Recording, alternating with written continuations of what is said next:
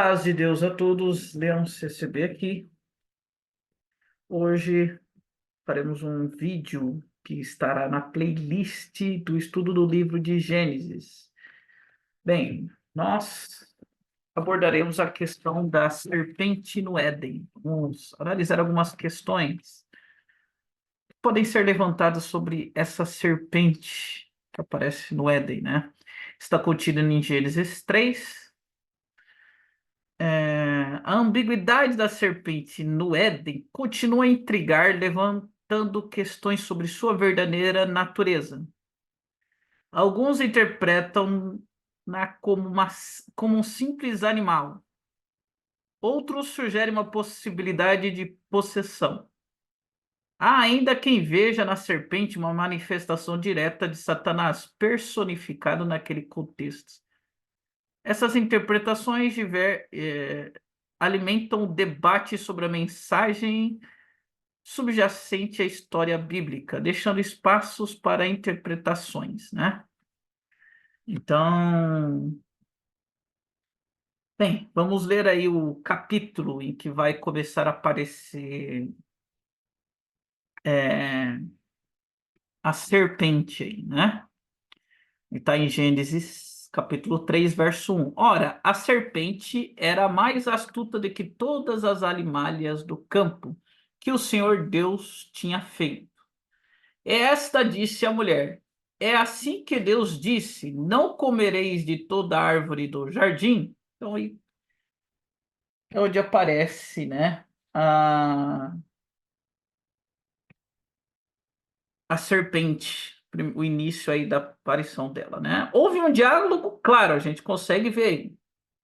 Então, agora, esse diálogo que nós estamos constatando nesse verso foi porque a serpente era um animal que falava no passado, ou porque ela foi possuída, ou porque era uma própria materialização de Satanás.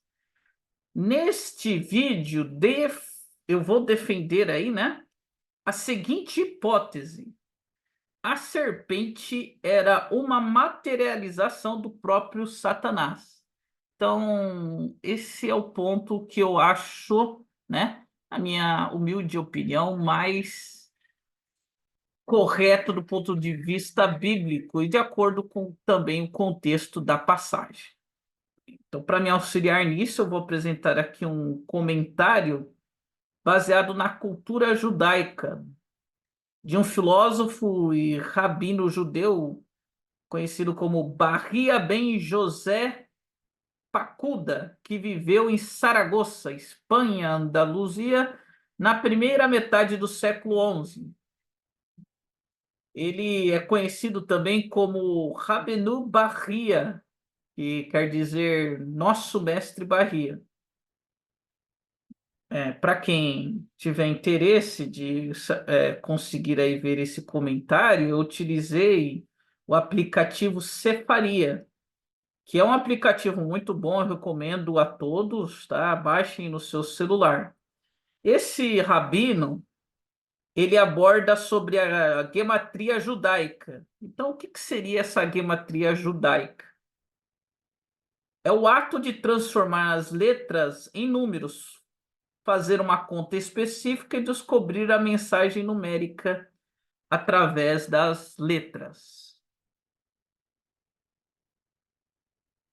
Então, aqui está o verso no hebraico, tá? O mesmo verso que eu li, tá em hebraico aí, versículo 1, perdão, de Gênesis 3. Eu sublinhei aqui onde está escrito a serpente, tá? Venerhash, eu não sei ler hebraico, me perdão. Eu acho que é Venerhash. Eu estou lendo aqui, ó, vou passar a seta aqui, ó, Venerhash. Eu acho que é isso, não sei. Mas os irmãos estão vendo aqui a palavra em hebraico, ó, tá vendo? Essa é a palavra em hebraico para serpente. É que aqui está a serpente, né? E a serpente. Então tem a questão aí de ter um pouquinho mais de palavras a mais, de letras a mais além da serpente aí. Bem, segundo Rabino Bahia, tanto o valor numérico das palavras serpente, tá vendo aqui, ó? Aqui está serpente hebraico, foi onde a gente viu, ó, aqui ó, a palavra. Lá no verso e aqui tá aqui a palavra em hebraico, serpente, né? Então, segundo o Rabino Barri, ó, tanto o valor numérico das palavras serpente, tá em hebraico, é 364, quanto a palavra Hassatan também soma 164. Então, se você fazer aquela técnica que eu falei da gematria e somar aqui, Rabino Barria fez isso, então esse é um comentário que eu subtraí dele, ele fez a gematria, e se você somar aqui, dá 364, e Hassatan também dá 364, né? Então, o que que o Rabino Barria está querendo dizer? Que através da técnica da gematria da cultura judaica, a serpente é o próprio Satanás. É a conclusão que a gente chega.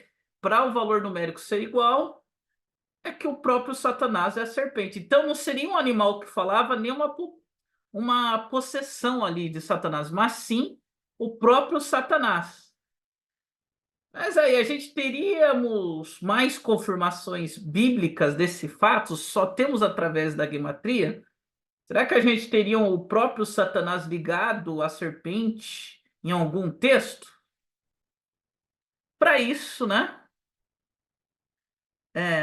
Deixa eu ver se eu coloquei aqui. Não, não coloquei aqui. Olha só, não coloquei, mas eu vou ler junto com vocês. Acabei esquecendo de colocar. Mas acompanhe aí em Apocalipse capítulo 20, no versículo 2, diz assim o seguinte, tá? Então, Apocalipse 20, no versículo 2, diz assim o seguinte: Ele prendeu o dragão, a serpente antiga, que é o diabo e Satanás. Eu amarrou por 1000 anos. Eu quero que vocês prestem atenção no seguinte, nesse versículo 2, ó. Ele prendeu o dragão, a serpente antiga, está fazendo uma menção à serpente no Éden, que é o diabo e Satanás. Então, o próprio verso de Apocalipse 20, versículo de Apocalipse 20, está dizendo que a antiga serpente é o Satanás. Ou seja, né? João, um judeu, entendia também pela cultura judaica, assim como o Rabino Barria, que ali era uma materialização do próprio Satanás. Então, nós temos aí a clareza que, pela própria cultura judaica e a exegese aí do Novo Testamento, desse Apocalipse 20, versículo 2, que Satanás fala, e por isso a serpente falou. Aí qual que vai ser a pergunta imediata? Então, ali a serpente é Satanás. Qual que é a explicação do versículo 14, que ali nós temos uma punição da serpente no versículo 14, né? Então, o versículo 14 diz assim, ó, eu vou ler aqui para vocês, versículo 14 de Gênesis capítulo 3. Então o Senhor Deus disse à serpente, porquanto fizeste isto, maldita será mais que toda a fera, e mais que todos os animais do campo. Sobre teu ventre andarás, e pó comerás todos os dias da tua vida. Qual que é o significado dessa punição? Que ali a serpente era o próprio Satanás, né? A materialização do Satanás, não é isso que você está defendendo, né?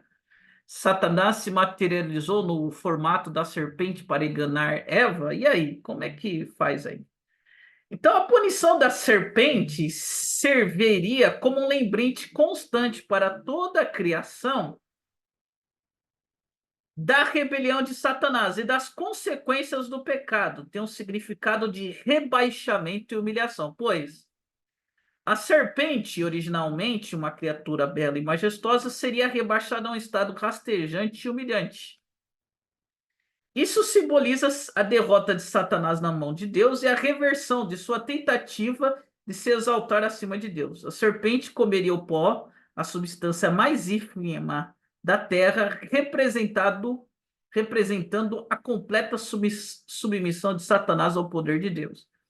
Então, né, qual que é a conclusão que a gente tem desse versículo 14 aí? Então, Satanás se materializou no formato dessa serpente, e a punição do versículo 14 é direcionada ao animal como uma forma de lembrete da derrota de Satanás nas mãos de Deus. Deus muda o formato original do animal para fazer esse lembrete. A punição de Satanás, né, seria o versículo 15, onde é feita uma promessa messiânica, em que a descendência da mulher esmagaria a cabeça da serpente, Satanás, que é uma profecia da vitória final de Jesus Cristo sobre o Satanás e o mal. Nós já falamos sobre essa promessa messiânica, nesse proto-evangelho contido aí em Gênesis capítulo 3, verso 15. A gente já falou em vídeos anteriores, tá? Então, que Deus abençoe a todos. Novamente, peço que se inscrevam no canal e até mais.